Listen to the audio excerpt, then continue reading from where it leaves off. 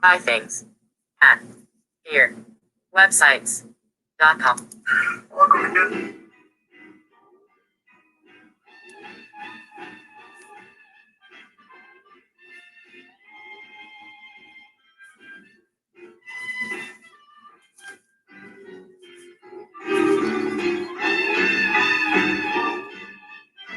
It's 11:59 at Radio Free America, and this is Uncle Sam with music and the truth until dawn. Right now, I got a few words for some of our brothers and sisters in the occupied zone. The chair is against the wall. The chair is against the wall. John has a long mustache. John has a long mustache. It's 12 o'clock, Americans, another day closer to victory. And for all of you out there on or behind the lines, this is your song. And welcome everybody to our daily gun show. Come be live every weeknight at midnight Eastern, and we talk about guns for like an hour. So looks like we got Guns and Barbecue joining us tonight. Welcome. Just jumped in here. We put a link out over on Patreon, so if you'd like to join in, feel free. Let's see, we got a lot of stuff we could chat about today. We consider this a conversation, so if you're listening to this live, take part in the conversation out there in the text chat. Or if you're in the future listening to this as a recording, use those comments wherever you happen to find it. We like to post stuff on guntube.org, gunstreamer.com, which are two Second Amendment focused hosting platforms that we like to post our shows on. So if you're at any of those, leave some comments and start a conversation. So it's episode number is this one? 1076. So 1076 episodes ago, we started this show. It's actually sometime around this part of the year. I was just looking at something that reminded me of when we started this whole thing. It originally started out as the I Hate Guns podcast, because I own IHateGuns.com. And for a long time, I did it that way. And then at some point, I think I was kind of looking for a change of format. I wasn't sure if I wanted to keep the name. And brought Bob on board, and Bob from Canada and I were running the show as a different kind of format there on a daily basis for a while under the name Daily Gun Show, I think. So I have to go back and double check how that all started, but somewhere around there is when we started calling it Daily Gun Show, and that's when we started the naming or the numbering system, and had no idea how long we were going to be doing it, but I like to do stuff online, and this was an interesting project. Podcasts were nothing new for sure, but I was playing around with them in a more deliberate way. And we had some big ideas, and the format has changed over the years. 1,000 episodes is quite a few years now. Even for a daily show, our numbers add up a lot quicker than other shows, but it's certainly been a long time. So right now it's mostly just open format. We invite people in and chat about whatever. Try to keep it focused on firearms, of course.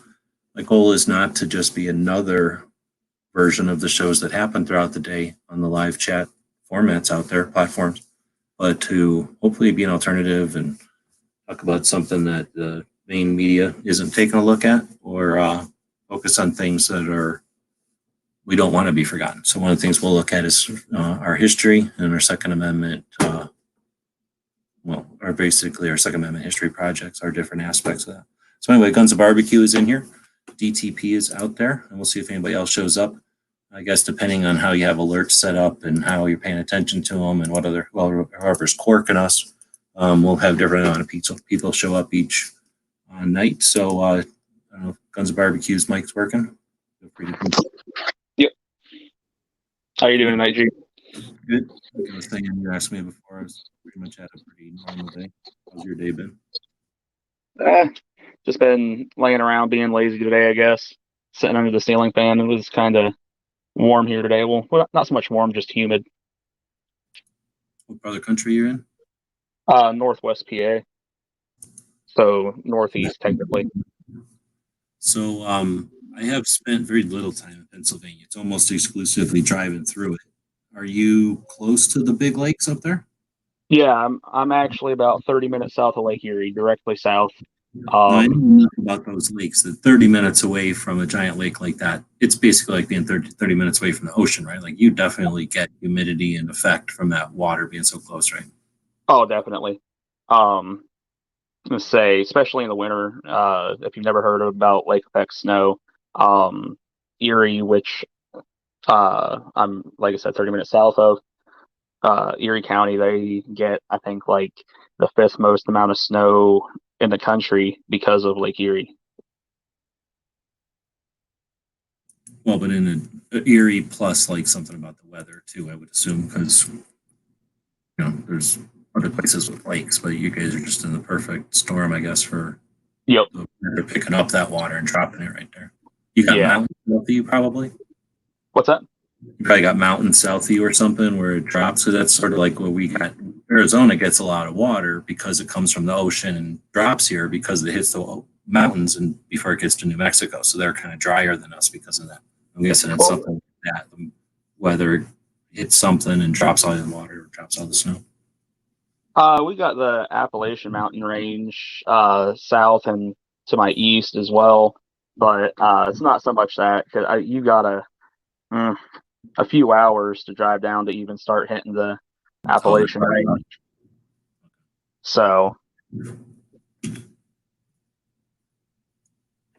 I'm sending out a link to Bob here in case he wants to jump in. Bob says he's poor like the rest of us, so he doesn't have unlimited internet. Said he would jump in when he gets more internet, so I'll send him a link in case.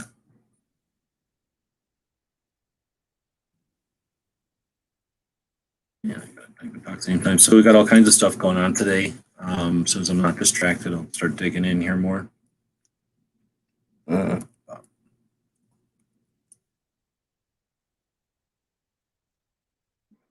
think I'll go into Dead Horse right away. Right, so then Swanky. There. All right, send.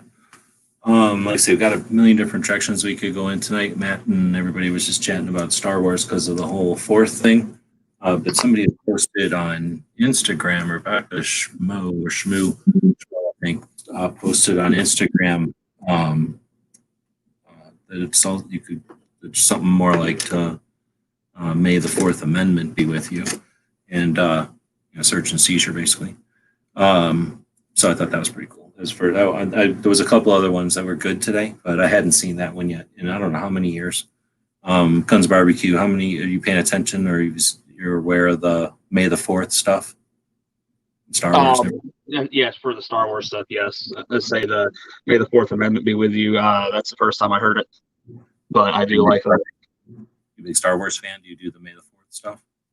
I mean, I watched it when I was a kid. My grandfather showed me the trilogy, and honestly, after that, I never really followed up with anything. I mean, you weren't a kid when they came out. What's that? You're too young then. You're not a little kid when they came out. You weren't. No, let's say when I think what was it, episode 1 or whatever one had Darth Maul in it. I really wanted to see that, and for whatever reason, my mom was like, no, and I just don't think we had the money then for me to go see it. So, but I think even then I was preteen. Yeah. Okay. So, well, actually, the thing is, I was going to say maybe if you haven't seen the original ones, but that's not even true. I mean, the original ones is just the old ones. There's so much Star Wars that anybody could understand, could be into Star Wars. I mean, you don't have to be in, you could be any age being into Star Wars. I think that's part of it. So let me ask this then. When did you start being aware of this whole May the 4th thing as a thing? It was a few years ago, seeing it on just social media going around, which I got a kick out of. I thought it was kind of funny. Right on. Yeah, I think I might have heard it back in even like the days of AOL and stuff. But as far as like being a thing where like people pay attention to it and do stuff and then start dressing up and everything, as I say, it's been just a few years, so it's been kind of neat to see it progress or whatever. And it's definitely been enough years now that I've seen people put a lot of effort into it, and then you'll kind of go, oh, I wonder what they're going to do next year. And then when there's an absence or a void, you're like, oh, well, what happened to them? What happened there? And then you see other people, that are basically still doing more and more each year. Because there's some people that are into Star Wars that they're into Star Wars. Like they do a lot. They buy stuff and dress up and set their houses up, in different vehicles. I mean, there's all kinds of crazy stuff. And this is the day they get to show that all off. But yeah, like I say, this is the first time I'd ever seen anybody put the Fourth Amendment spin on it. I thought that was kind of cool. Yeah, if I was like another foot taller, I'd love to get like a full Wookiee costume and go around on days like today. But being 5'10", I just look like a midget Wookiee.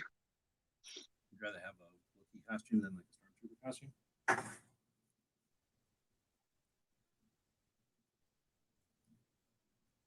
Yeah.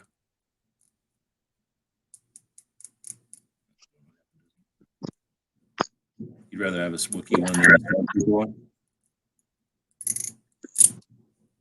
I'd go for a Stormtrooper one. I always thought the Stormtroopers were pretty cool, but I've always liked Chewbacca.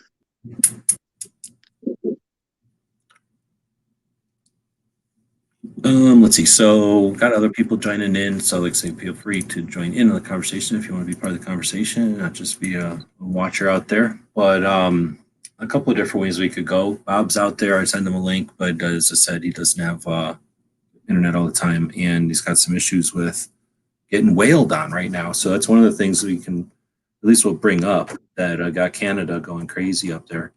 But I don't know. I've haven't been paying attention to Instagram, but I do follow quite a few Instagram pages that are from Canada. And then when I all this craziness started, I've started following the Canadian Firearms Museum, which I didn't even know about. I found that out when I was linking to stuff the other day. So one good thing out of it is I found another cool Canada page, and I have noticed that some of the pages I follow are pretty positive and empowering, as opposed to sit around being desperate and futile. So right off, they started doing some solid, like, let's get ourselves squared away type of posts. So I'm good, looking forward to what they're going to do. We know Canada's not a bunch of pussies. They're up there dealing with more weather than most of the world all the time, and all the critters and stuff. So they've got the fortitude to do this. They've dealt with stuff before.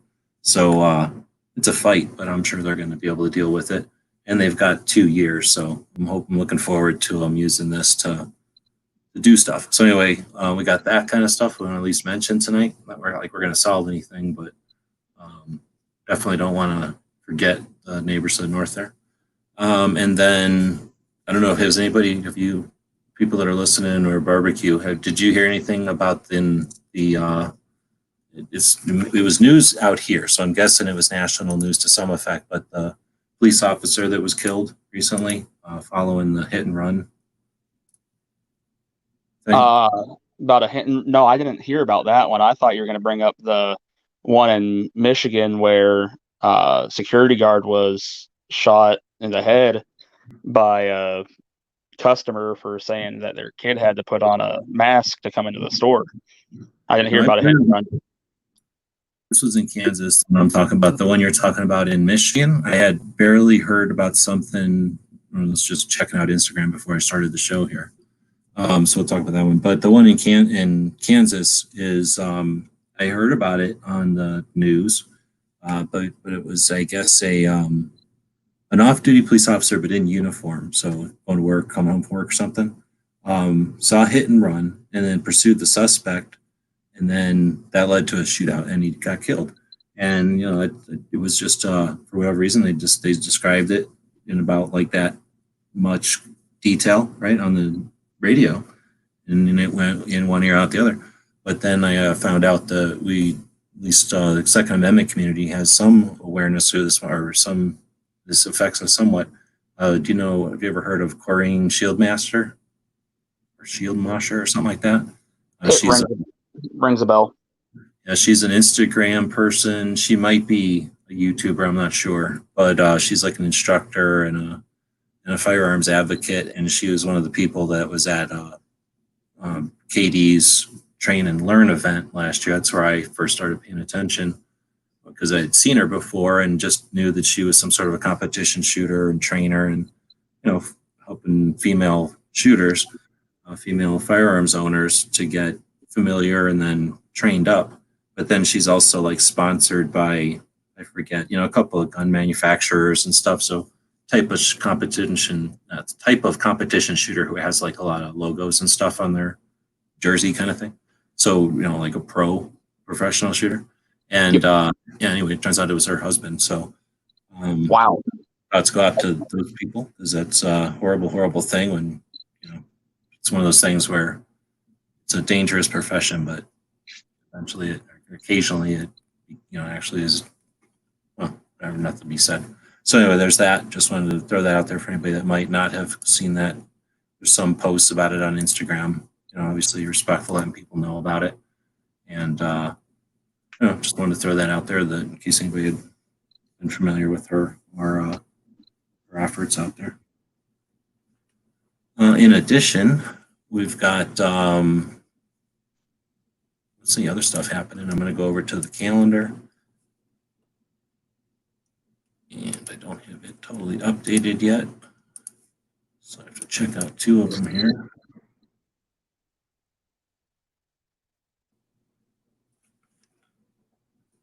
I know that the other day was Alan Gottlieb's birthday, so Second Amendment activist, creator of the Second Amendment Foundation and the Gun Rights Policy Conference. And let's see, today is the 4th. Tomorrow is going to be the 5th, which is Alan Shepard's. Did I do that? Oh, I did that.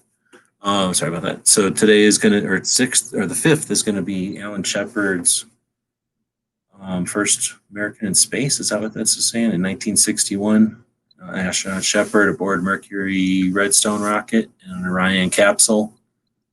What is it saying? Oh, is the first suborbital flight. So I guess the first person went up into space and then they just splashed right back down into the water. I don't know. Bob was probably kicking back then.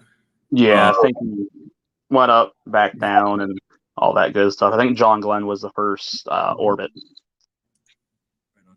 So I don't know. I might actually do a whole nother one with just some aviation stuff because I follow a couple of aviation museums and I find interesting stuff come up. You could probably fill out the calendar with just I'm sure you can fill out the calendar with just aviation stuff. It'll be on a show about the crap internet right now. Canadian law has been shitty. Yep. So let's see. This week, though, we know we got Dick Kasul passes away tomorrow, or on the 6th, I should say. Simonoff also passes away on that day. And then Marlin is born. Got John Lott's birthday is this week. The U.S. Post Office is established this week in 1794. Victory in Europe. So we ended World War II this week. And that museum I was just talking about, the Premier Museum, opens to the public this week in 1976. And I will try jumping over here and seeing what else I might be missing. Let's see, this is the week of May the 4th. Tomorrow's May or Cinco de Mayo. Is that something everywhere or is that just down here? Everybody do Cinco de Mayo? Let's say, I don't know. I think it partly depends on your Latin community in your area, but I think a lot of people just use it as an excuse to go out and have some Mexican food and things like that. I don't remember. It didn't exist until I moved out here. So that's the thing. Whenever either it started to exist everywhere, and I just was out here when it happened, or else it was out here and then it spread everywhere. But since I don't know, I came to it. I've known about it ever since I moved out to Arizona, but I only learned about it when I moved out to Arizona. So I don't know if it's like I say, like how many of the rest of the world does it. But yeah, it's basically everybody drinks. And of course, it'll be crazy this time because Cinco de Mayo is usually like basically sponsored by Corona. In most places they think that are Dos Equis. So yeah, Bob doesn't know what it is. It's just a day where everybody drinks. They act like they're on a beach and they drink. Right? I don't know if it's even food. I think it's just drinking. Just an excuse to have a bunch of beers. Let's see. So then tomorrow, the May 5th, I guess, is also the first U.S. train robbery in North Bend, Ohio. So that'll happen in 1865. Ice fishing. Let's see. We got Maxim dying this week. Yeah, we got Tokarov said that one. Simonoff is also dying. So 2 Russian dudes die on the same day, one in 68 and one in 86. That's weird. Maybe that's the day they take out their inventors. Then we got Kasul dying this week. I don't know if I mentioned that one. Mauser's rifle loading device is patented. So I think Mauser, well, he did other things too, but there's loading device is patented. We got the militia acts this week, like say the end of World War II in Europe at least. Indiana ends prohibition on open carry this week in 2017. Jeff Cooper is going to get born. I don't know when the end of the week is. I got to know when the end of the week is here. It's the 9th, and that's about it. So got some stuff to look forward to. I got to add a bunch of that stuff to the calendar. So Woods is saying Mexican independence. I've heard that it means nothing. Like people from Mexico have told me that it's just nothing. It's like total made up. Sort of like Valentine's Day or something. So,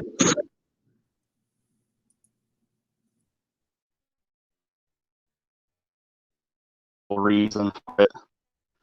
oh, you're breaking up.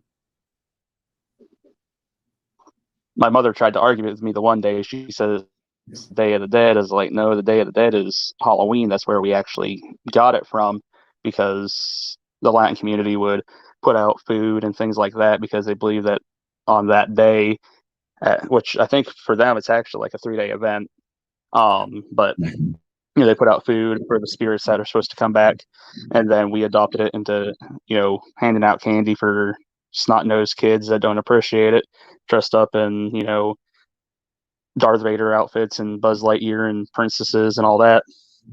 Well, and she argued with me on it. So from what I understand, understanding a Day of the Dead is like on Halloween, or it starts on Halloween, and then it's like that's when your ancestors come back and hang out. So yeah, you're like leaving food out and you're having a picnic, and then your ancestors come and hang out, maybe advice or whatever. Yeah, and then we adopted that tradition and created Halloween. But yeah, that's Halloween. So that's it's kind of weird. Came out of nowhere. Otherwise, so that's the end of the calendar, and then so yeah, I don't know where's that going.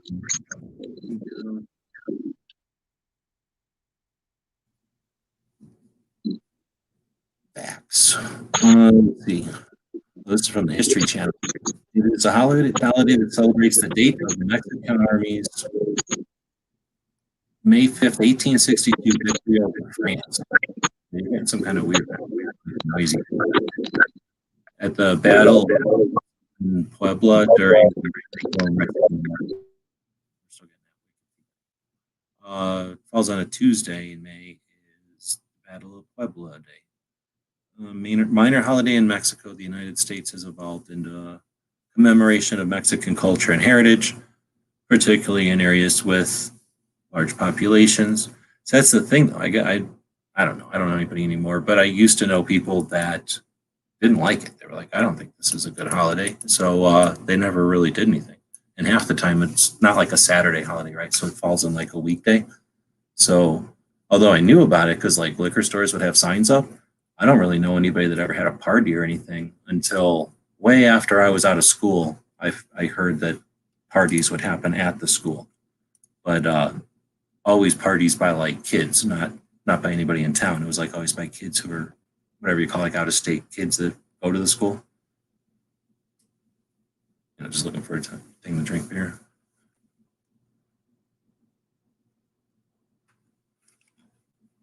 But when the Mexican army fought off the French would have been when Texas went from French to Mexican flag. Did Texas have a French flag?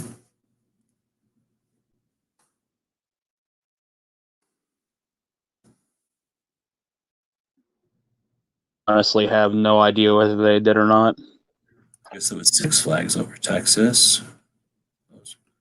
They had Spain, then France, then Mexico, then the Republic of Texas, then United States, and then the Confederate States. And they went back to the United States.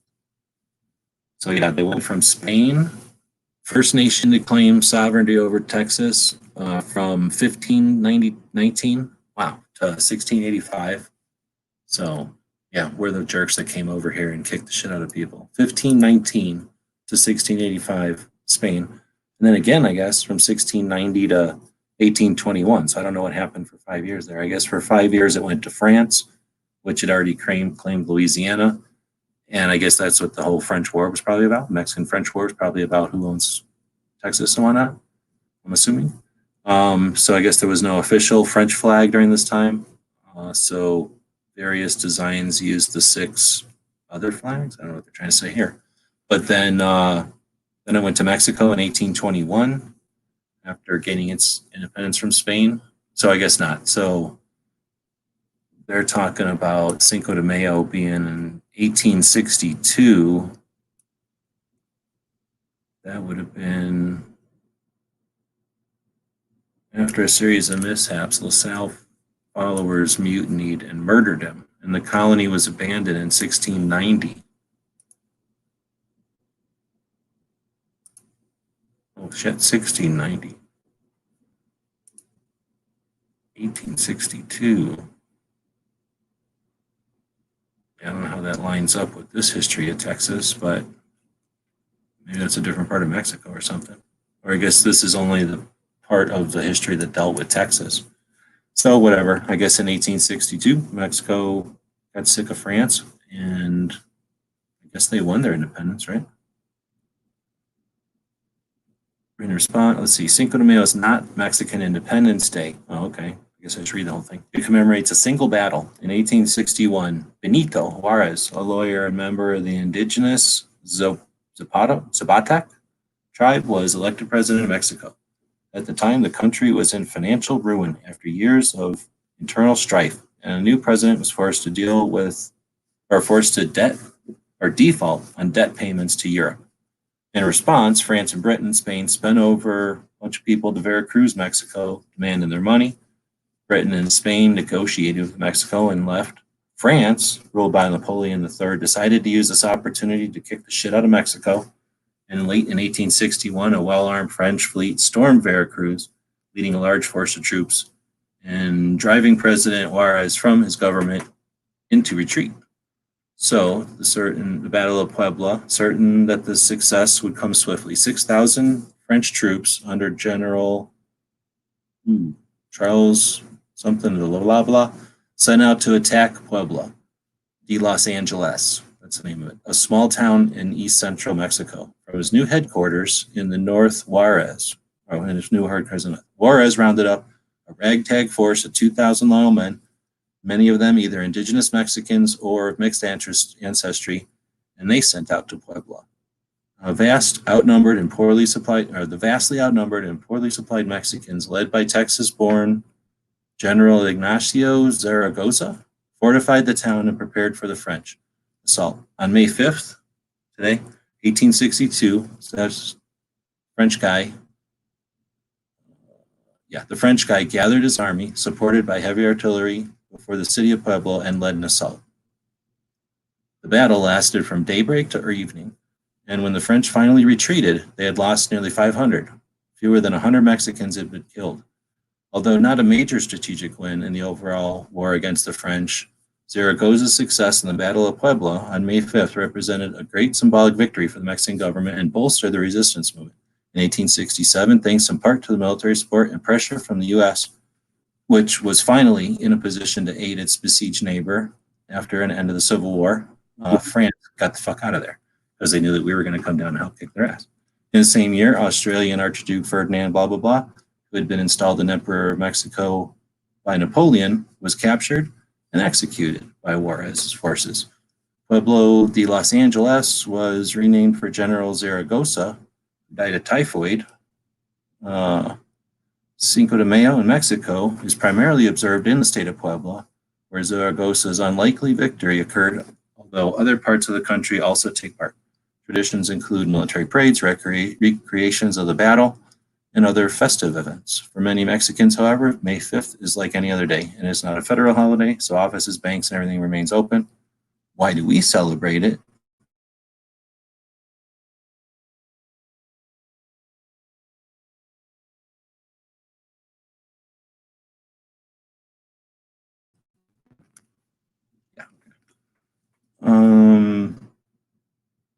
And then confusion with Independence Day. That's pretty good summary here. This is from history.com. It's history.com/Cinco de Mayo. Dashes in there. So yeah, that's pretty cool. I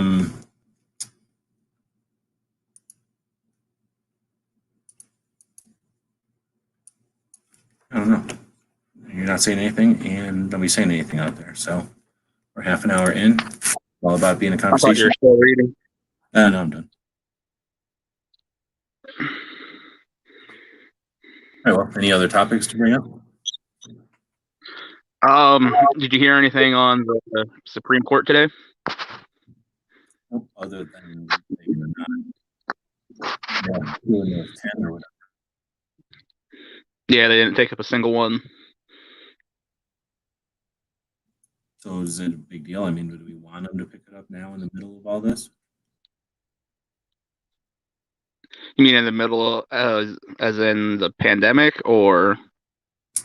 Yeah, I mean, we got Congress running around doing votes and acting like they can't stand within 6 feet of each other. So everything's got to be different. Are we going to have the Supreme Court be like, oh, well, we can't do this normally, so we'll just vote yes, yes, yes, and now it's over, and we don't even know. I mean, I don't want to see some abbreviated half-ass whatever. I mean, I want to see a deliberate, like, here's our decision, period, and now we can settle this and we can be done with this for a long time.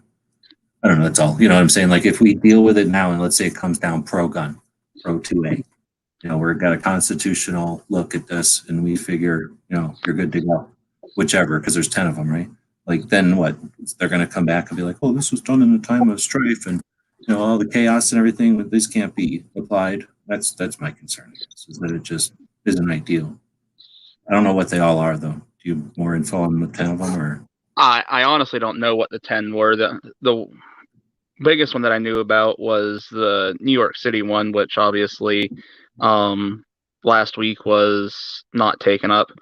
And then we were hoping that, something out of this 10 that was going to be discussed today would have been, but none of those were. So I think they're supposed to have a second meeting on the 15th to review them again and see if they want to take any of them up. Oh, but I thought it was next session. I didn't know it was the 15th that they were looking. Yeah, it's the 15th that they are going to meet again and say whether they want to take any of them on, which they only need 4 justices to say, hey, we're going to take this on, and we couldn't even get 4 justices to do that today. Well, that's a good sign then. Then we wouldn't want them to take it on, right? If they're not going to take it on, then that means they're probably going to vote for it. You could say it's a good sign, but at the same time, everybody was championing for Kavanaugh. This is the guy that's going to be our savior. He's conservative, all this fun jazz, and here he is voting against taking on any of these cases. So just how constitutionalist is this guy going to be? Yeah, but I'm just saying that I don't know, because I don't know that that's the only decision. What's her face? Is she going to not be a vote? Because if she's not there, I would think that would actually be better for guns. But you know what I mean? There might be some strategy, some 4D chess or whatever, 4D chess that we don't know, where he knows that since Trump is going to be nominating the next one, and she's on her way out, when we rather wait a year and do these under a solid thing where there's no contest and we get them. Well, the problem ends up becoming, I think, once they get met on again, if they don't get taken up again, they can be dismissed, and that's it. So there's like they revert back to the lower court or something. Okay, because then that would be like sad. So that's if I don't have all the info, then I don't want to say that. I'm just trying to play devil's advocate. But yeah, I don't know. I tried to carve some time to do Every Second Matters on Saturday. Wasn't able to, but yeah, I did. I don't know. I'd like to be able to be aware of as many of these things as possible. I don't think it's realistic, though. I think the only way for us all to be able to be aware with all the constant amount of stuff is some sort of a group effort. I was just watching because of the chat we had last week about the 10, and I was like, dang, what are these 10? Like, that's a lot. Like, I kind of vaguely was aware of a couple, and I assumed there was like maybe 4 that were on their way headed up, but I had no idea there was 10 of them, right? So I'm like out there. No, okay, I didn't go straight to FPC or nothing, right? Because that's kind of cheating. So I wanted to look around. I went to Jared's videos, for example, and I'm not bitching at all. He does a lot of solid work and stuff. But yeah, he doesn't even post like what the 10 are in the description of his video or whatever. I don't know if he maybe posts them on Facebook and I just don't look there, or whatever. But it's a lot to keep track of, and the fact that he's doing it and getting the videos out there and creating a record and getting people aware. I mean, he's got 200,000 subs plus now. He's doing a great job of getting people aware of these things. But being aware that there's 10 is, what's the word? It's not like it's only at half as useful as being able to do something. So, I guess a link to like an FPC type page, the call to action page on FPC, where there would be like, yes, there's 10 and here they are. Like, yes, there's 10 and here's a quick explanation of each one. Because that's what you really need to be able to have a competent conversation with somebody who you're trying to, make aware so they can vote for it or against it or whatever happens to be. So anyway, that's something where, it's tough. I looked around a little bit, but I hate having to depend on just FPC or just GOA or just those two to find these things. And that's where hoping we're going to find some sort of a way to get multiple groups. I don't know if it's some sort of a shared thing that bounces around or something. Kind of like early watch. I guess I am assuming Trump's going to win. I'm hoping, but I think it's a political coin. TTP is saying, assuming Trump is going to win, that Thomas doesn't decide to retire. Even if that happens, it might be harder to get a nominee approved by Congress next time. I don't disagree with any of those. It's just that I never heard that Thomas was deciding to retire. Is that a thing you're just coming up with, or is that like a thing that's imminent? I mean, is that like a potential or like a potentiality, or is that like he's already talked about taking a seat? I know I haven't heard it. But yeah, I mean, I don't disagree with any of that though. And I'm not about leaving things hang. It's just that I'm not going to say every time it's got to be, every time you can take a shot, you have to take a shot, because that's not playing the long game. That's playing a sucker bet and get setting yourself up for ambushes sometimes, or just being reckless. You can't just always choose true on a true false test and assume you're going to get 50%. You could just as easily get 30%, right? You don't know how the person is doing it. Anyway, so I'm just not going to say that it's always a good idea to run something straight to the Supreme Court. There's got to be some strategy to that.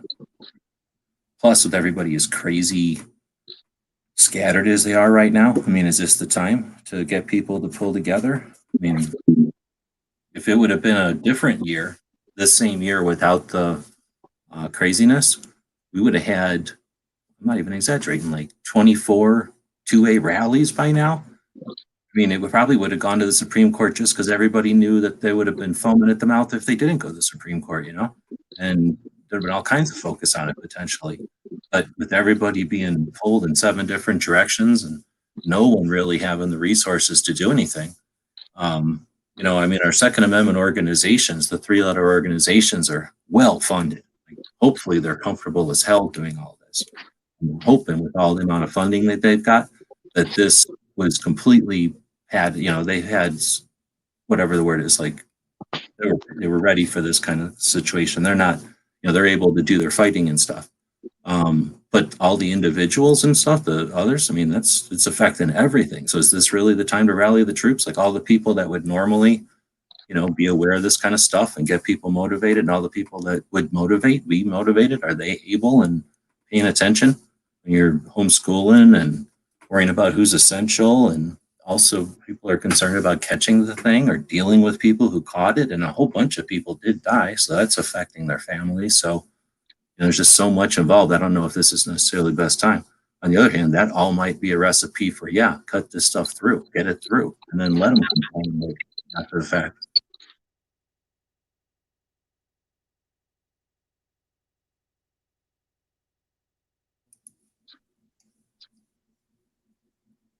DTP is saying a while back, he said that he doesn't plan on staying in the court for the rest of his life. That was shortly after Scalia died. And he ain't young. He ain't super old, but he ain't young either.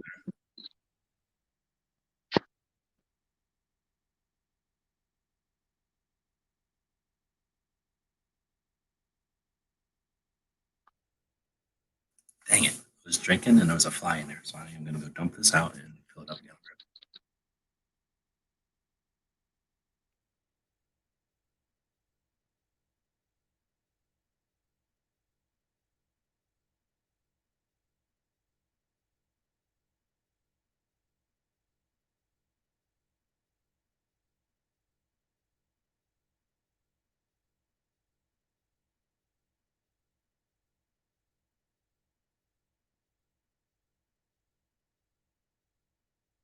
Yeah, that's frustrating. I had a box on top of my drink just to prevent it from weird shit like that happening. And I'm drinking, and I'm like, I had a lump of something in here. Damn fly in my mouth. Like, Oh God. totally gross. All right, so I heard Honda got a bunch of money for drinking booze yesterday. How many super chats do you get for drinking a fly? I didn't swallow it though. I spit it right back out. I ain't swallowing it. That's how you get the. I don't even want to know what you'd get from drinking bat or fly, some kind of fly flu, insect flu. That would be horrible. We got some kind of insect flu. Have we gotten an insect flu before? Well, yeah, malaria. What the hell am I saying? Probably a shit ton of them actually are from bugs. Plague is probably from bugs. Well, I think the plague was more from rats. Well, but the fleas gave it to the rats. So. Oh yeah, that's right. I wasn't even thinking about that. Yep. You say then you got we got it from the rats or the fleas. I don't even remember now. I mean, I know the fleas were part of it, but the rats were the. I think it was the rats they thought at first, right? Like, oh, they figured out if you keep rats away, but then they figured out it was the fleas on the rats. Yeah, I think the rats got it from the fleas, but the rat problem was so terrible in Europe that's why it spread the way it did.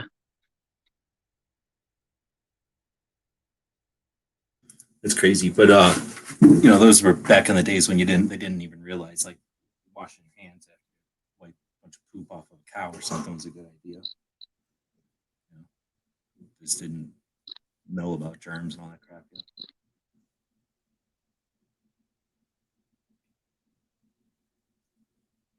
Dog just got up, walked over, laid on her bed.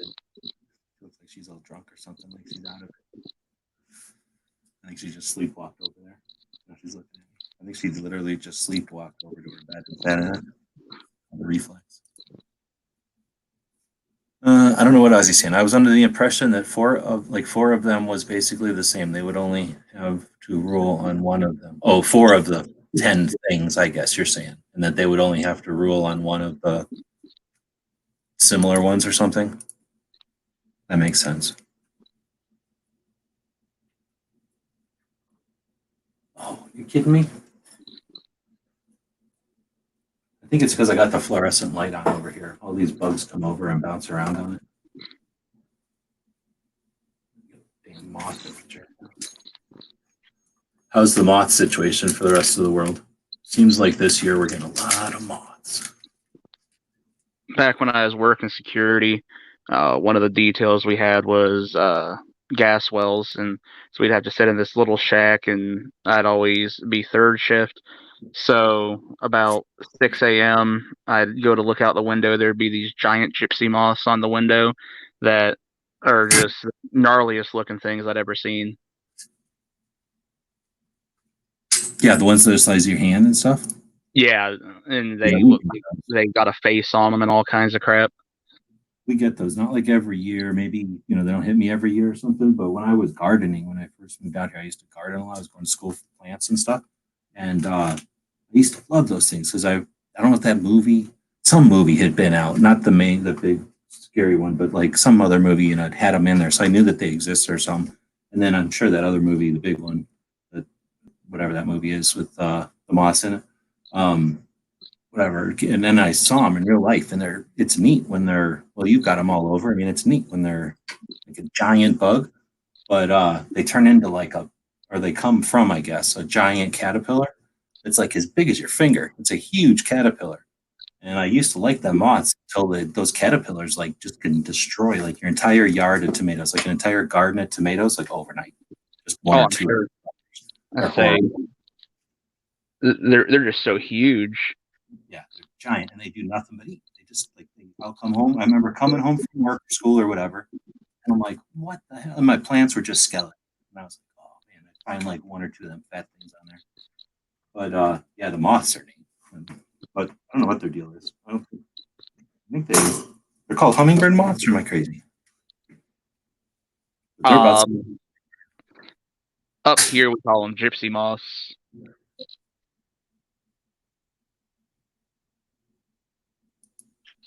Notice any moths? Maybe the giant hornets will get rid of them.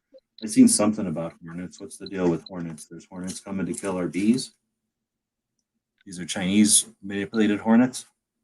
They're Chinese murder hornets, I guess they're called, and they're active predator of honeybees.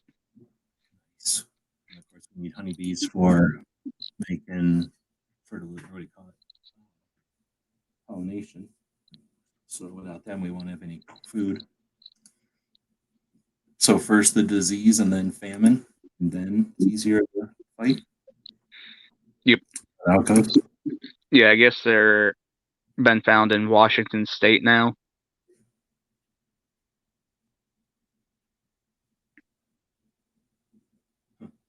I only So I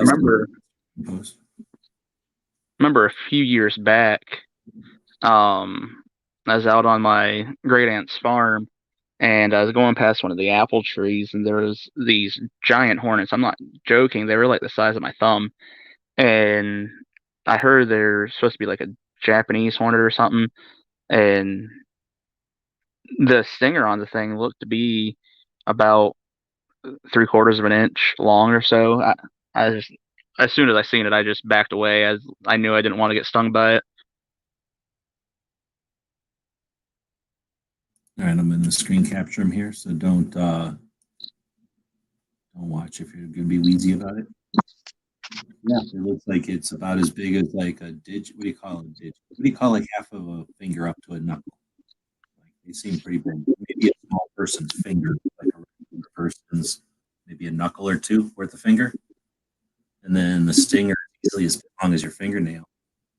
So looks like here's a tamed one that they tied to a big ass string, like one of the strands out of a 550 cord. You tie that around its thorax, abdomen area there. And actually, I think that's neat to have like 6 of them things on strings. Anyway, yeah, I don't think I'd want to see some of these things flying around. Although when they're that big, they can't fly good because aerodynamics is still going to happen. So they can't fly as fast as a little one. I think it should make it easier to smack them. You get one of them.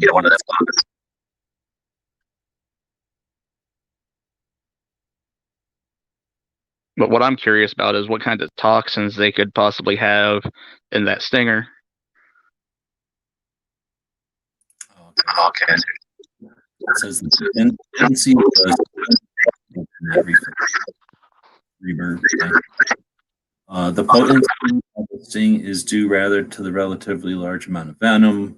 Being stung is extremely painful and can require hospitalization.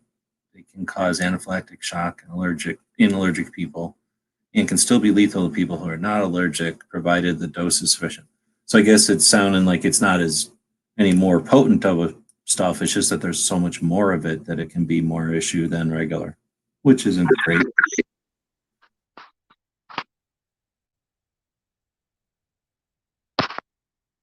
Yeah, they look like they're as big as a cicada, basically. That's what these other pictures are in this guy's hand. Or no, they're not. Yeah, but they look kind of like a cicada. We already had Africanized bees, so we're ready for them. Bring them. We'll take them. I'll tie strings around a bunch of them. I don't care. Plus, something like this, you know that they can probably have some parasite bug that's out to get them.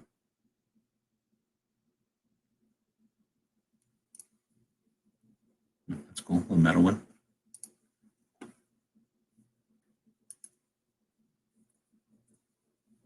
Now I feel lucky to only have carpenter bees to take them out with tennis racket. I got an electronic tennis racket here. I just wailed on that moth with it, and they work pretty good.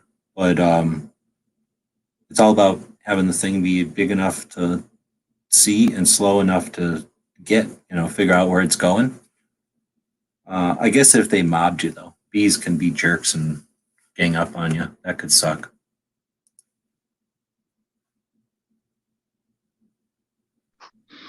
Wasn't that the problem with the African bees that you guys had? Is they would just swarm people? Well, all of them will swarm you. Like if you go up and step on it, kind of bee, they get pissed and they swarm you. But Africanized bees would go out of their way to swarm you just because you went near them. Like you didn't even have to go near them; they just had to see you and they decided to. Like they're just Yep. dicks. But yeah, I mean, but anyway, I'm just saying, like all bees will do it. But most bees, you got to go make them do it. So they don't take Yeah, to it. like I had a old pickup truck that some yellow jackets decided to make nests in, and I didn't realize it. Went to open it up one day, and they swarmed me, and I went running and all that good stuff. And once you're far enough away, they stop. Yeah, But they're all defending their whatever. So once you leave them alone, they pretty much leave you. But we had a similar one time. A friend of ours was super allergic to bees. The only kid that was allergic to bees. And we're walking back from this walk. We had to walk. We decided to walk around this lake. And when you're a little kid, you're like, I'm going to walk around this lake. You're like, oh, I'm going to walk around this lake. No big deal. In real life, 7 hours later or whatever, everybody hates each other. And we're coming back and he's pissed for whatever reason. But I remember he was like way in front of everybody and he was pissed and he's just smacking stuff with a stick just because he's, smacking down like if it was a machete, like just smacking like weeds and shit, just, because he was pissed and he's in front of everybody and everybody was doing it. It wasn't like he was doing this to instigate nothing. But as he's doing it, of course, smacks a bee's nest or a hornet's nest or something. He didn't even know. And he's just walking. And it's not like he took off running because he didn't even know. But the rest of us are just far enough that we all got wailed on. And that was just as, if we would have just walked by, nobody would have probably got nothing. It's just that they got instigated and their like reflexes to swarm. I mean, they weren't like Africanized or nothing. They were just, defending their, like say, their hole or whatever the hell they lived in. We all ran and then they leave us alone. It was pretty much, I would say that's a pretty normal encounter for normal bees. But out here, I was walking the dog one time and I'm walking, let's say there's 2 lanes of highway or 2 lanes of road and then as much dirt road on the one side. So it's like 2 lanes worth of gravel. So like you could park semis over there if you wanted and easily be way the far off road. And I'm walking off the road, like not way off the road, but off the road so I don't just get accidentally creamed by a car or something that's not paying attention, but maybe middle of that gravel. And some bees had decided to pick some hole there to be, their place. And I'm walking a car's length away from them, like 10 feet, 12 feet. And they came over to me. So I'm guessing they probably were Africanized, but, they just didn't decide to wail on me, but I didn't slow down or nothing. I just kept the hell going, away from them kind of thing. Yep. Back when I was in high school, you could kind of, I was just saying, you could kind of see the swarm because you don't really see them. You just see like a big kind of a shadow in your peripheral kind of, you can't really see it, but you can see it. And they kind of came towards me. You could tell they were sniffing, but not enough to like throw their whole swarm on top of me and wail on me. say back in high school, I used to just grab bees and hold them in my hand. I had a few friends that were allergic, so anytime a bee would come around, they would just start freaking out. And I'm like, calm down. There's no reason to freak out. You don't bother it, it won't bother you. And they're freaking out, crying, I'm allergic. I'm like, how allergic are you? Are you going to die or are you just going to balloon up a little bit? And, it's like the end of the world. And so I purposely, reach my hand out, catch a bee in it. And as long as you give them room to fly around even in your hand, in my experience, they wouldn't sting me. And I'd flip my hand over and there'd just be this yellow jacket, walking around. I wouldn't do this with a hornet, no freaking way. But yellow jacket didn't bother me. and be walking around in my hand, no problem. And then after 30 seconds of them freaking out still because apparently now I'm gonna die, I pop my hand up and the yellow jacket would fly off and nothing ever happened. And I tell them, why in the world are you freaking out so much? Nothing happened.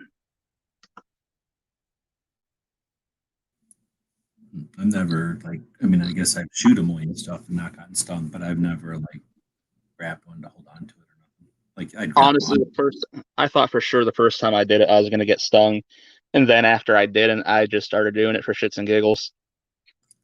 I'm sure they probably too big. They just stuck in a plant or something. What's the point of sting to something that big? Wow. There was another time, I think I was 18 or 19. I was at a minor league baseball game with my family, and we're sitting there watching the game, and a honeybee actually came down and just landed on my finger, and it sat there for 3 whole innings until my uncle had finally noticed. He's like, "What's that?" And he goes to brush it. I was like, "That was my bee friend. What are you doing?" He's like, "I didn't realize it was a bug." I was like, "It was on me. Why are you shooing anything off me? It's not like it was hurting me." Well, But yeah, if you see a kid with bee on him, you're going to beat up.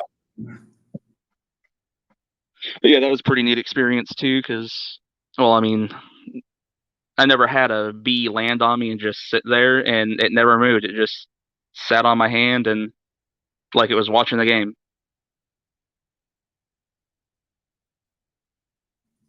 I wonder, most bees are out looking around, right? So he probably was chilling, tired, hanging out to recoup or something. It could be possible. Let's say, you know what? Like I said, we were at a minor league baseball game, so maybe he was flying around and had gotten into a couple different beers and decided that he shouldn't be drunk and flying. I mean, flying all around that grass, and then all of a sudden there's stuff happening. So, I'm going to fly away for a while. And not like they're going to get to, they can't fly up over a stadium. I guess depending on if there's a fence or something. All right, so let's see. We've got the couple other things from the calendar here. Mr. Potato Head was introduced this month in 1952. That's kind of interesting. This is the month in 1626. Yesterday, we sold our Manhattan Island sold for $24 in cloth and buttons. Pretty good deal. We'll get the first steel plow made by John Deere tomorrow. The Yale lock will be invented tomorrow. The Eiffel Tower is completed tomorrow in 1889. I shouldn't say tomorrow, on the 6th. The Hindenburg will explode on the 6th in 1937. The Channel will open in 1994 on the 6th. That tunnel underneath the English Channel. The first inaugural ball will be held in 1789 this week. They'll patent the box camera this week. The world's largest pearl will be discovered in the Philippines that weighs, okay, how big do you think the biggest pearl is in the world? In kilograms. I'm gonna get half a pound.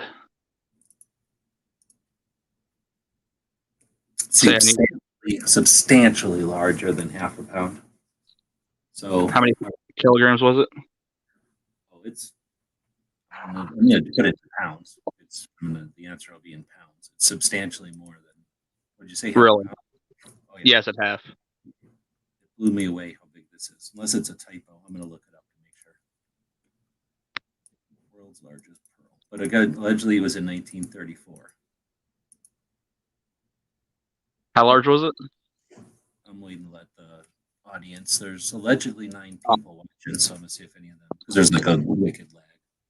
So let's see. Chattanooga Choo Choo song comes out this week in 1941. Germany surrenders in World War II. We already figured that out. The the Beatles' last album, Long and Winding Road, comes out this week in 1970. Let's see, Mad Magazine hits the newsstands this week in 1952. The World Health Organization announces that smallpox has been eradicated worldwide this week in 1980. Nobody's even answering. Maybe nobody's listening. This might just be 9 people. A lot of times what happens is people turn this on for people that are in a coma. So maybe this will be so bad that they'll come out of the coma. So otherwise people will put this on when trying to torture somebody in a pen, like some kind of a cell, and they don't have a telephone or any way to communicate with us. So I guess nobody's going to try to guess that one. Anyway, would you be surprised that the world's biggest pearl is 14 pounds, 9 inches in diameter? It doesn't look like a. I honestly was going to guess 6 pounds, but I thought, what in the world? That would have to be a massive oyster to make a pearl that big in the first place. That's why I went with half a pound. That seemed logical. But 14 pounds, holy cow! It ain't even a pearl. It looks like a piece of goofy coral. It looks all goofy and doesn't look like any. I mean, it looks like it's made out of pearl, I guess, but it could just be like a giant elephant poop. It doesn't look like nothing. I was gonna say, does that even count then if it's not, hardened? No, it's a pearl. I mean, it is. It's everybody says it's the world's largest pearl on the internet, so it has to count. But it doesn't look like a round thing or a fucking piece of turd. I might be in a coma. Where is that? Oh, I got you. A coma is somewhere between a nap and a death, I guess. I don't know where. Let's see. Got the post office. We got VE Day. We got Mad Magazine. That's a good magazine. I got a lot of kicks out of Mad Magazine in the day. WHO. The Golden Stake was driven into the railway tracks at Promontory Summit in Utah, connecting the Union Pacific and the Central Pacific Railroads. The Transcontinental Railroad was established in 1869 this week. Coca-Cola was invented this week in 1886. Lawnmower will be patented in 1899. Let's see, the first people to fly over the North Pole this week. Birth control pill is approved this week in 1960. That would be about the size of a bowling ball. Oh no, it looked way bigger than a bowling ball. Here, I guess I'll screen share it real quick. Click, clickety click, and it just looks like a big piece of coral or something. I mean, it looks like the clam itself, right? I don't know how big that clam would have been. Like you're saying, it's probably as big as a boat. Did you say that was in India? Philippines. Oh, Philippines. It says for 10 years, the world's biggest pearl was hidden under a bed. So this, blah, blah, blah. Let's see, 1 foot by 2 foot, weighing 75 pounds. What is this all about? This photo. 75 pounds? What are they talking about? 75? What is this? Because this here says world's biggest pearl is 14 pounds.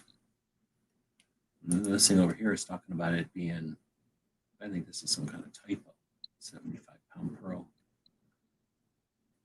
Looks like the same pound. A 9-kilogram, 20-pound pearl was found in Palawan in 1939.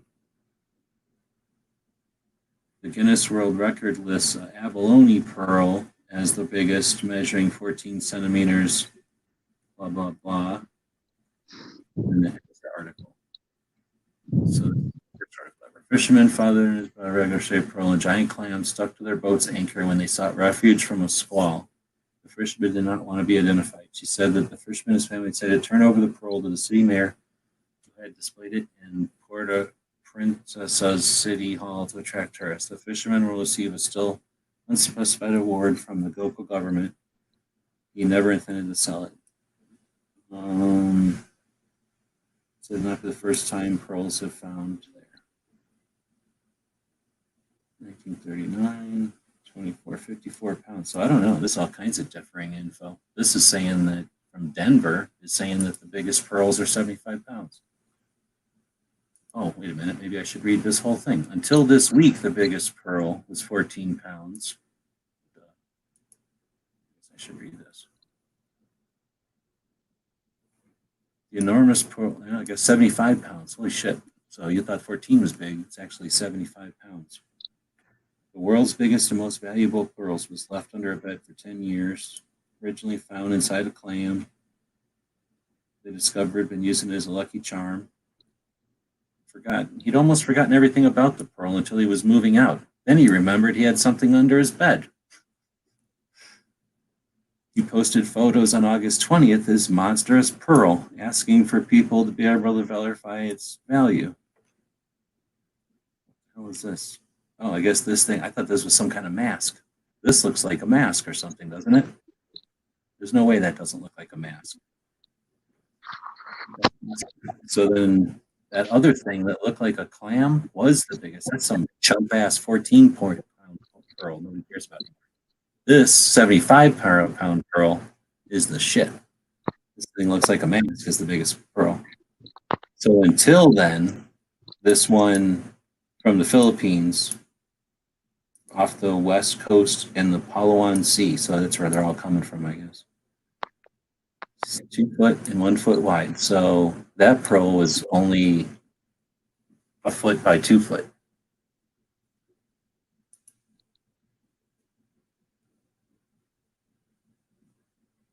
We are not divulging the exact area where the pearl was found. We will not release any information about the original owner.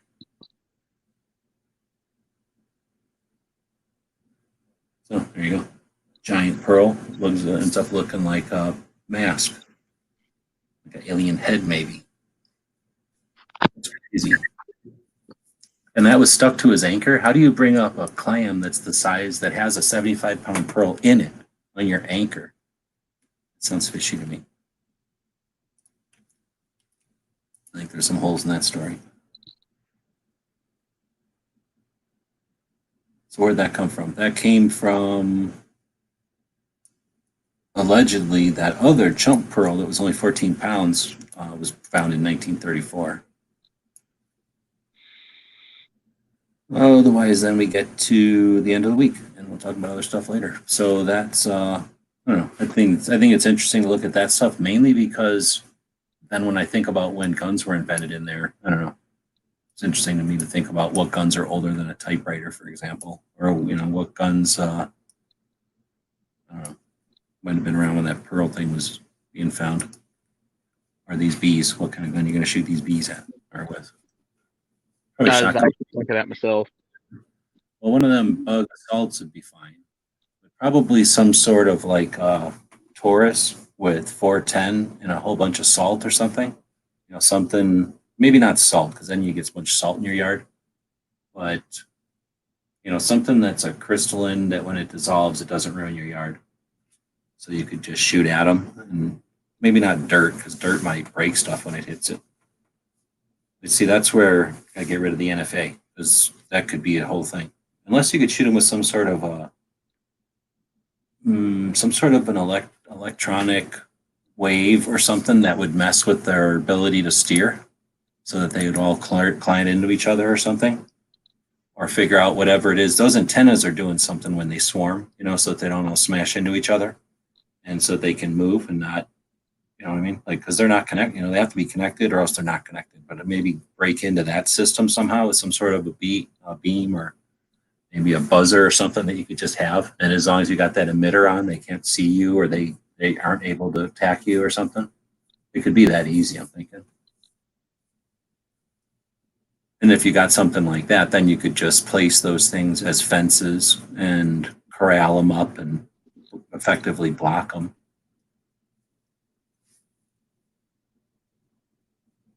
I'm saying 2 or 3 stings can kill you, or have something that attracts them. Maybe there's some way you can make like some kind of irresistible sound that pulls them, or smell or something that pulls them. Being that big, I think they're probably susceptible to stuff.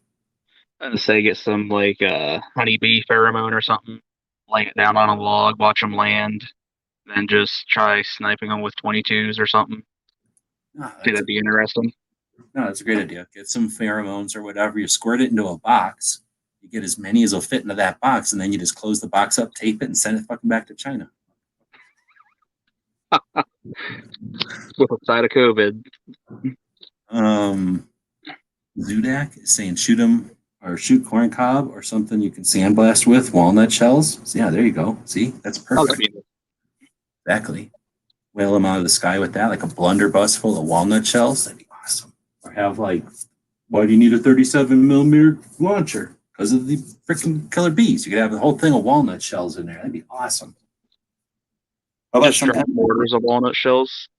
these fuckers are big enough to be susceptible to some kind of a net. Have like 4 bolos go flying out with some kind of a net the size of a bandana or maybe the size of, I don't know, tablecloth made out of net, something out of, I don't know, something like Kevlar weave or something. Could be really cool. And then you catch like a bag of these things, like a big net of these things, pin them down, like shoot that into a swarm and, like I say, keep them live, send them back to China. Or milk them. I mean, heck, as they're as big as they are, that's probably about a lot of protein. Catch these things or zap them out of the sky with some kind of electrics, feed them to critters, pigs or something. That's a lot of protein flying around. They're as big as cicadas. Feed them to chickens. I bet you chickens would eat the shit out of those things. Plus, it would be cool to have some sort of I don't know what would fight a bug, like a bee. I mean, what would fight a bee? I don't want an aphid or nothing lame.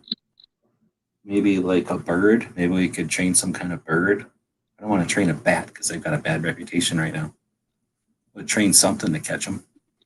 I was gonna say, I thought there was a bird that's supposed to actually hunt them actively. Oh, yeah. There's a couple of them little birds that look like nothing, that look like little Tweety birds.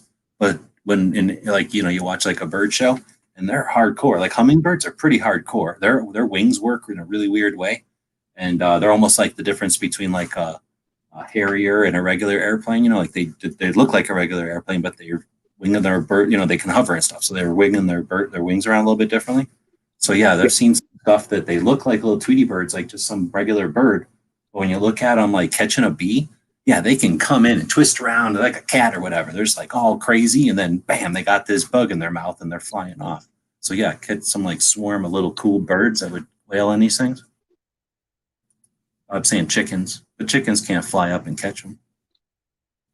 But feed them to chickens, yeah. But that salt thing, Bob, I'm saying if you were trying to shoot down like a ton of these bugs, you'd have salt everywhere. You don't want to have salt everywhere. I like that walnut shell idea. Or what do we have down here? Pecans. That pecan shell is a little denser. It's a little bit harder than a walnut shell. That might work pretty good. Do they use pecan as a blast media, or is it too strong? Because it is a little wood or like more dense or whatever. Look in my drink when I drink another freaking fly.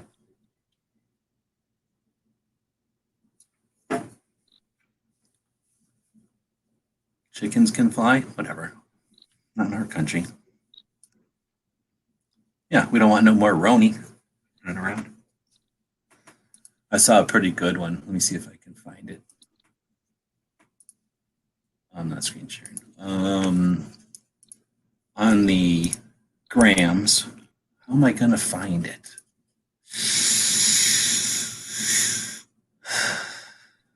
How am I going to find it? Heroes, I guess.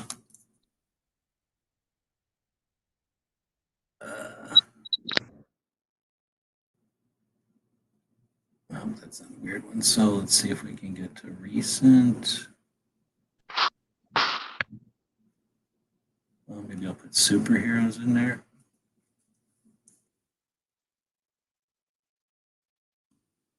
Instagram's funny and everything, but for this kind of stuff, it's not that great because you can't. I guess I could have saved it or something. I don't really practice that part of Instagram. Yeah, this one. Have you seen this one? Has anybody seen this meme or whatever that's going around? So it's basically these doctors walking down a hallway in a hospital or something, and it's got like all these different superheroes, and it's superheroes from both DC and Marvel, right? And they're standing along the sides of the hallway, allowing the doctors to walk down the middle, and they're all like turning to face the center of the hallway and then bowing. And then this one is normal or whatever. But the best one is when they show this and then they say something. I forget what they say at the top, something like, the real heroes or something. But then it's like, it's pointing to the guy, the blue guy from, what movie is this from? Who's the blue guy from? Watchmen, the basically all powerful dude from Watchmen. And they're like, this guy's thinking to himself, like, I could just think this virus away. And then it's like, the Hulk is saying, wait a minute, I'm a doctor. Why am I bound to these other doctors? And then Batman is like thinking, oh shit, this isn't a great time to be a bat. So they're all, I forget how many of them they had like saying different things. Oh, and then one of them's like the doctor's thinking, why aren't they all 6 feet apart from each other?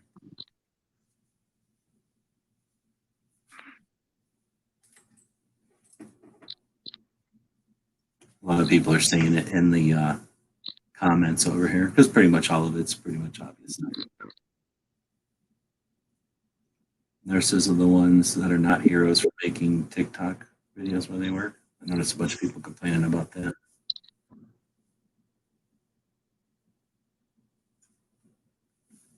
Anyway, so there's that. I go over and take a quick look at the Instagrams. I don't know what's about this one. I've seen that one quite a bit. We got some bullets there. Got some coffee. Giving Tuesday. I don't know why he's saying that. I thought Giving Tuesday was the Tuesday after Black Friday, which is then followed by Small Business Saturday, which is followed by Cyber Monday, which is followed by Giving Tuesday. The big blue guy, real dumb. Oh, the tick. And a suppressor. Interesting. It's a little broken.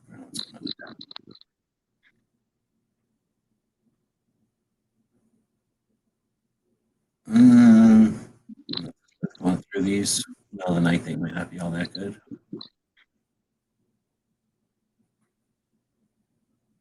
Oh, who's that up there? Today, like every other day, we like to remember Uncle Pat. Today the day? I need to. I thought I had that in my calendar. A Lego holster. Interesting. I think I seen something else from Texas. Oh yeah, they had a Han Solo blaster one, I think. No, I guess not. I thought I saw one from them.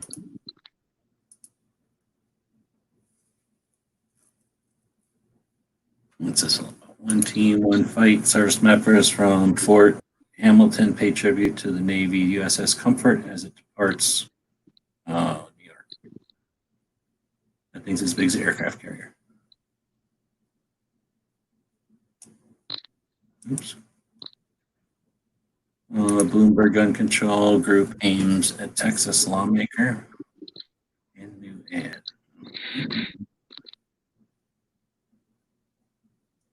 Yeah, these are pretty much all boring. There is a bunch of stuff to keep track of, though. So hopefully we'll see one of these days where we start doing some. I'm hoping to be part of a daily thing that start to looking at some of these things so that we can do a job of archiving some of the stuff as it goes along and not just touching on it. So that everybody doesn't have to stay in the game 24/7, and that we've got a consistent place to go find stuff.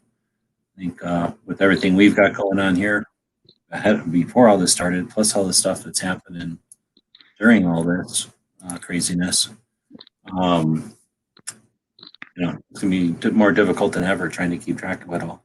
Then on top of it all, Canada has to start dealing with stuff. So anyways, this is definitely the time to try to get something together, and I've had some people that are interested in doing that, and we'll be working on that here and as we go forward. Pink, are you saying you haven't heard of the tick before? There's no way. I don't know what this is. How do I get this? I guess I have to go over here and click on it. I am not a fan of ticks. I've actually had Lyme disease twice. Well, but Bob's talking about the TV show. Oh, I thought you were talking about going back to when we were talking about illnesses from bugs. No, I think that's where it started. Somebody was saying something. I don't know where Bob came up with tick from, but it was a response to something. And yeah, superheroes. Oh, I think when I was saying big blue super. But I'm sure Pink knows who Tick is because I don't know. I'm trying to remember if we've had conversations about it before or not. But yeah, ticks themselves. I don't know. I haven't gotten sick from it. I've had tons of ticks before, but I was just having pretty good luck up here. We only get them here if we go up into the mountains. They don't live down here. But for me, it's the dogs. They get them more than I do, and it's more of an issue. We have them really bad here. Let's say last year, I think I pulled off about, excuse me, I think I pulled off about 30 off just one of my dogs last year. It was really bad.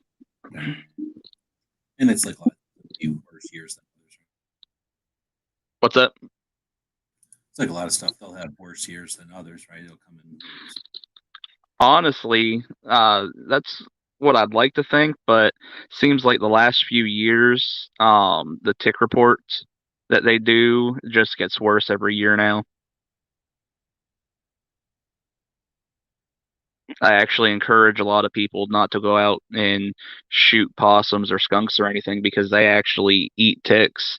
And I know a lot of people that they just think, oh, that's a nuisance animal, and they're going to shoot it on sight. And I'm like, no, don't do that. We got a big tick problem. We need those animals to, try and help keep it under control.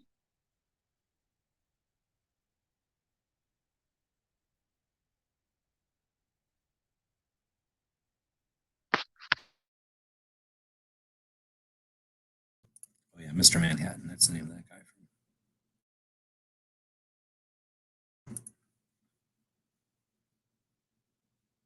All right, 10 people watching, hour and a half, hour and 20 minutes in. Talked about the bees. Talked about, well, I kind of looked at Instagram there. It's frustrating because sometimes I'll look through Instagram and I'll be like, oh, I should just, I'll hit this when I watch the show or something. Maybe I will start saving things into a file or something. Let me look real quick if I can get to those from the computer because not everything on Instagram is available from the computer. Can I get to my tagged stuff? Oh, yeah, you know what? I don't think I can.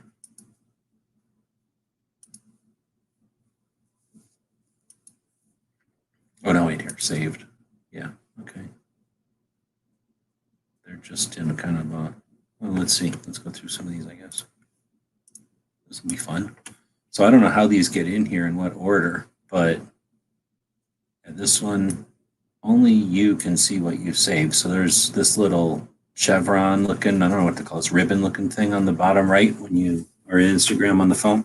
When you click on it, it turns black and then it says it's saved. But on the phone, it gives you like folders that you can put it in. So this one is from September of 19. So that's probably the last time I saved anything, I guess.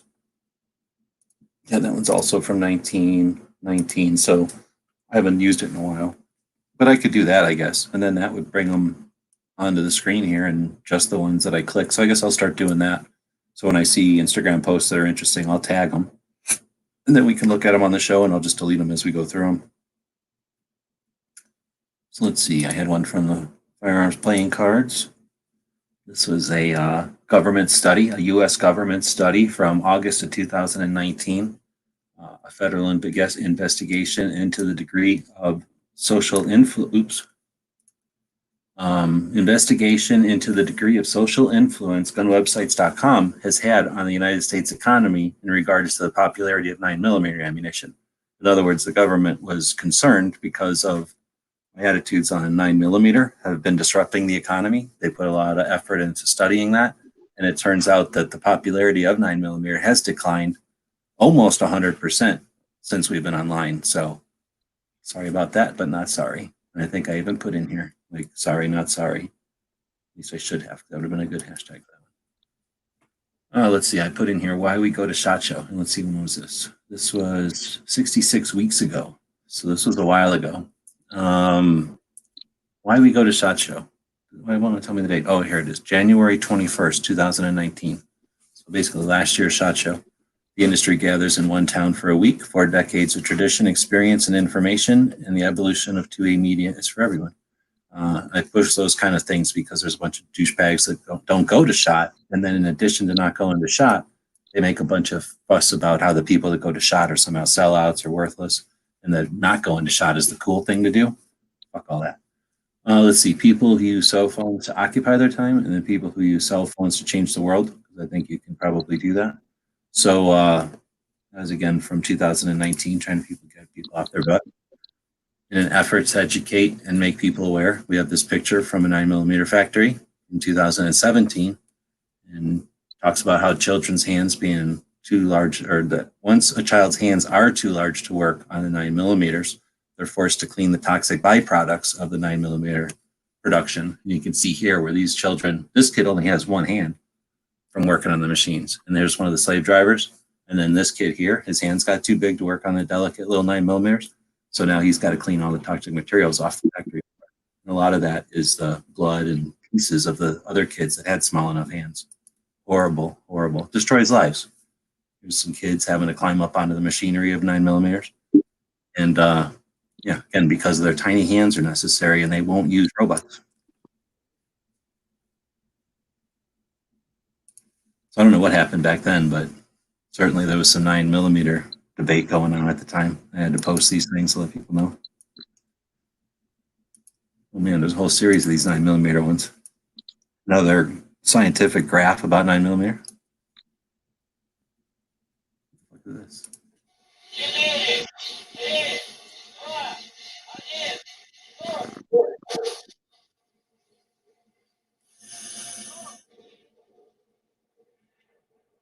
I don't know what I got going on here.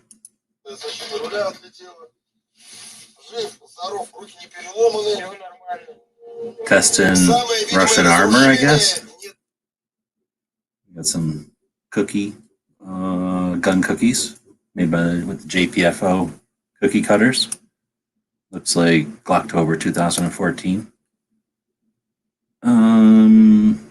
Some reason we have North Carolina weather in there.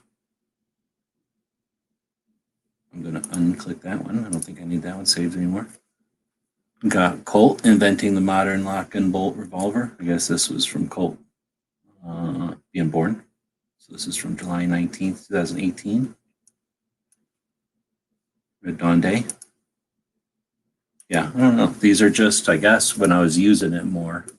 Then I was using it to be able to find these things year after year. I guess that was probably it. So I would save it, and then I could go to that folder and then find whatever one, click on copy link, and then use another app on the phone to repost. So that's a way that if you've already posted something, you can save it like this and have it. Except that, like I say, when you're on your phone, when you go to save it, it'll let you put this in a folder. So while this might have looked like a bunch of random stuff, like with 9mm thrown in the middle, there's just a folder on my phone called 9mm Truth, and then I put these kind of truthful information about 9mm in that folder, but like these cookies were probably in a different folder. I have no idea how that Russian detonation thing got in there. I probably accidentally clicked on that maybe when I was sleeping or something, or like this North Carolina weather. I guess I had posted on that, so I don't know what the deal was there. But anyway, some of these were probably in a folder called calendar, and some of them were probably in a folder called 2A. Some of the stuff about being an activist or whatever was probably in a 2A folder. And then that way, if I ever want to repost it again, I can just go to that folder and not have to scroll through all the stuff, because I've posted like 9,000 posts almost on Instagram. I leave most of them there, so that's just a lot to have to go comb through. It's my favorite one from Rebecca today. May the Fourth Amendment be with you. It's not posted anymore because they disappear after 24 hours, but remember, Canada is getting kicked in the nuts as we speak. So giving them all the pro-gun vibes we can and support. Like I say, hopefully we can get our shit together here, even stronger than ever before, and give Canada whatever support. Use them as practice. Often you have to help your friends out to learn how to fight better, right? So we can do that for Canada. Obviously, we got all kinds of stuff happening on our local levels out there. And like I say, we'll be doing some efforts here sooner than later, I hope, on a daily basis to start archiving some of the comings and goings. So we'll be looking for others to contribute to that. I feel like we're going in circles. So I think at this point, even with 10 viewers, we're at an hour and a half, unless somebody's got something else to throw in there. I was just going to mention Ozzy Osbourne had commented saying that apparently cedar chips are supposed to help with keeping ticks off of your dog. I never knew that, so I think that might be something I might look into. Yeah, that's interesting. I've heard of cedar being good for a lot of things like cockroaches, and I don't think about mosquitoes, but more than just a couple of things. Like I've heard, well, that's one of the reasons there's cedar chests, right? Like it's repugnant to them. Like it's not like they're poisonous, but they're just not interested. So you put stuff, yeah, maybe like a collar. I've seen some collars that are kind of hollow. You could probably put literally chips in there, or maybe some kind of a shampoo, right? Which is some of the oils or something. Good possibility. Or maybe some kind of cream. Like my dog, if I got some kind of a cream, I bet I could just rub it into her hair, and as long as she wasn't allergic to it, I wouldn't, it'd just be on her. She got enough hair. Or get one of those dog beds, maybe put cedar chips inside the dog bed so when they're laying on it, they can get the scent on them. Yeah, exactly. And plus, just that's one of the reasons the bugs will be in the bed. So yeah, that'll keep them out of the bed just in the meantime, all the rest of the time. Plus, it'd have your house smelling great at that point. Yeah, it's not a bad smell. So I'm gonna probably get some anyway. It's a good idea. Also, before I forget, Patriot emailed me back today about that idea you had of doing a live chat with that SHOT Show audio that you have from the basement. So I'm going to forward that email to you probably in the morning. And he said he just has to check his schedule and see what he has going on. But he wants to do it. All right. 2020.